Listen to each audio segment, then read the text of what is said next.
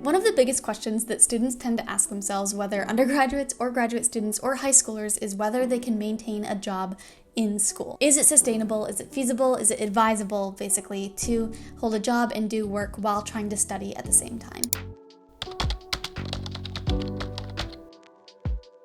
Hello, my name is Michaela and I create academic and lifestyle content. So today I want to talk about having a job while studying, and if this content is helpful, if you find it helps you to decide what you should do, then don't forget to like this video and also don't forget to subscribe for more videos and vlogs like this. I recently received some comments because I had mentioned in one of my vlogs that I have a job while studying in law school, and some people kind of asked about what my experience is like with that. So I want to go over, first of all, what it's been like for me having a job while studying, and then secondly, tips that I would have for anyone who wants to do that or is going to be doing that, and lastly, kind of answering the question, should you have a job while you're in school, while you're studying? And I kind of want to acknowledge straight off the bat that I'm in a very fortunate position where I come from a very privileged family, and it's 100% easier for anyone who comes from a family where, for example, looking at a lot of the stuff in this room, like this desk behind me, my family gave it to me, things like that. I don't think it's something that I should just ignore if I'm making a video about how I work and why I'm working, why I'm trying to get money. I work because I want to be able to fund myself. I want to be independent, but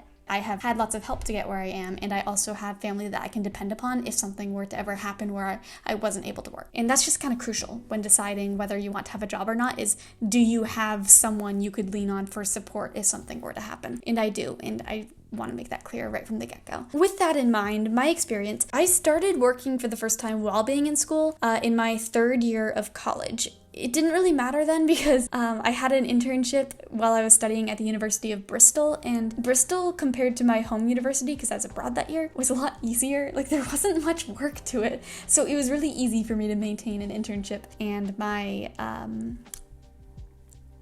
schoolwork at the same time. Fourth year, I got a job in the spring, and it's the same job that I have now, actually. And essentially, I work as an ESL teacher, English as a second language, for a platform called Ringle, and I work online with students to help them speak English, and I help them to learn English. It's mostly adult learners. I've always loved language and doing English myself, so it's really been a job that I love and a job that I cherish quite a bit. To go a bit deeper, I mentioned why I work, as I want to be independent. I'm living in Boston, and the rent is not cheap in Boston, so that is also why I work. So I started off law school working with Ringle, and then I also, for that first month of law school, I was working with Pioneer Academics as a writing tutor, so they would essentially send me essays to edit. I would read them, annotate them, edit them, and then of course YouTube is, I don't know if I'd call it a job, just because it's something, it feels more like a hobby than a job, I guess. My work schedule now is I work maybe a few hours on YouTube each week, not much. I should be doing more. And then I do about maybe 15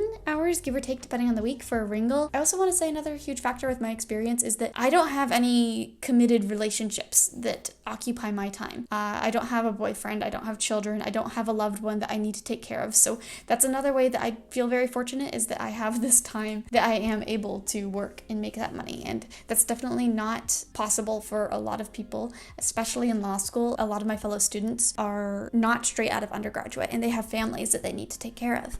That's another reason that I'm able to work at the moment. With that all being said about my experience, I want to go into some tips about how, if you are going to work while being a student, how you can mitigate the negative effects of stress and also ensure that you're in the best position possible to still enjoy your life while having to do study and work at the same time. So first of all, if you're able to, get a job that you can choose your own hours, and especially a job that's remote, because my work with Ringle, I would not be able to do it if it weren't for the conditions of the job, that I can choose when to open up slots. So if I want to work 5 hours one week, I can. If I want to work 40 hours one week, I can. It's all up to me, and that's so convenient, based on my exam schedule, what I'm doing for my studies. Having it remote just saves so much time, because commuting is very time consuming. It really is, and having that flexibility of being able to roll out of bed and sit down at this desk to do my work is incredibly important. Number 3, the most important thing, you've got to create a budget, see where that money is going, see where you need money, how much money you need, how much of a deficit you're going to be in,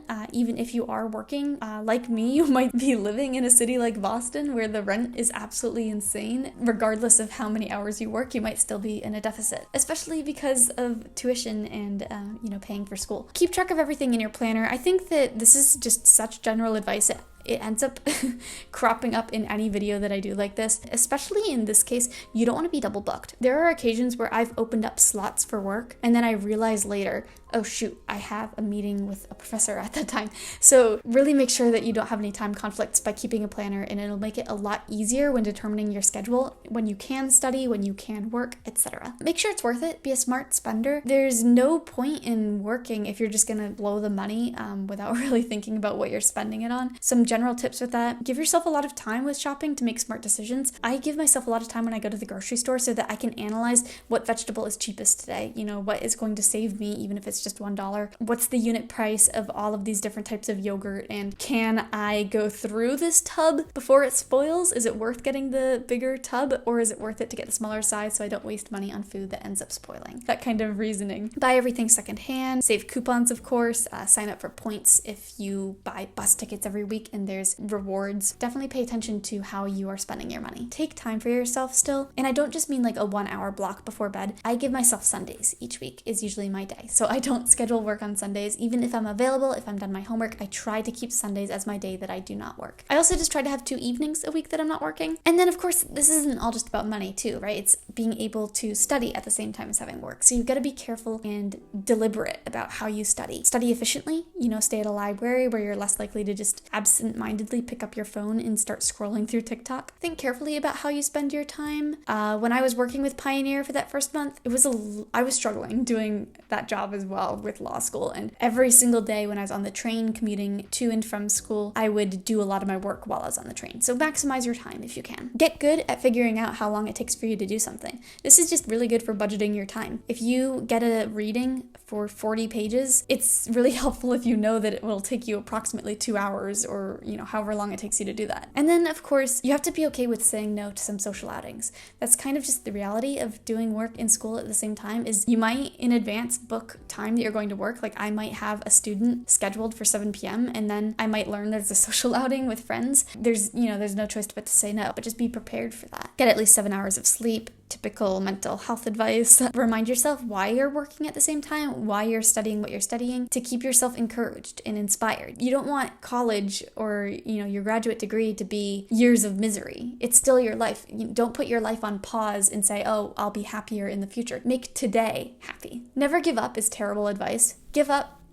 Give up when it's time to give up. And that includes having a job if you need to. Give up. I would recommend doing part-time. I don't think that doing a full-time job is really a good idea while you're studying, unless you have, of course, extenuating circumstances where you really do need the full-time income to subsist. I don't think it's a good idea. I think that that's too much to handle. Part-time is definitely better.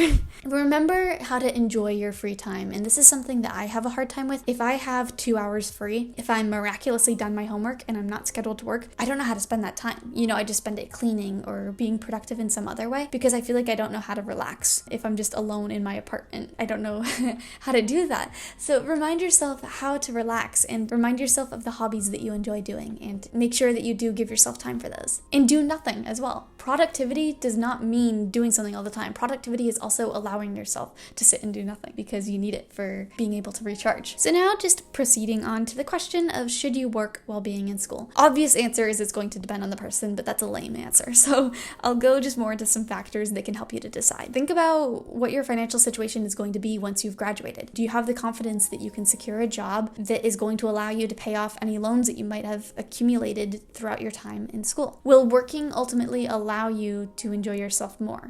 That's part of the reason that we work, is so that we can have that money to go to a restaurant with friends, to go on that trip. Is working going to allow you to do that? Weigh your grades. If working means that you're getting bad grades, that could mean that you'll have trouble securing a job. Like, grades for law school matter so much for getting a summer job. So if your grades are ultimately going downhill because of your job, you kind of have to think, are you actually hurting yourself in the long term financially? Are you harming any relationships by working? Whether it's family, friends, significant others. If your relationships are going down the toilet because of your job, it might be time to rethink at least how many hours you're doing, something to consider. If you find that you're neglecting basic self-care because of your job, like you're not able to do your dishes, you're not able to find time to shower, you're not able to buy groceries, then it's probably time to take out a loan and not work. And don't work just to trade one stress for another. I think that a lot of people work so that they don't have the stress of financial strain, obviously. If you're exchanging that stress just to have the stress of feeling like you're so anxious, you have no free time, you're just trading one stress for another. You know, I guess it's kind of a lose-lose situation, but remind yourself why you're working and don't just do it to trade one stress for another, I guess. Or determine at least what stress is the greater evil. This is everything that I think is relevant. I hope that it helps you to come to a decision of whether or not you should be working while you're in school, and if you do choose to, best of luck with your studies and your job. But yeah, thank you so much for watching, and I hope that you have a fantastic rest of your week.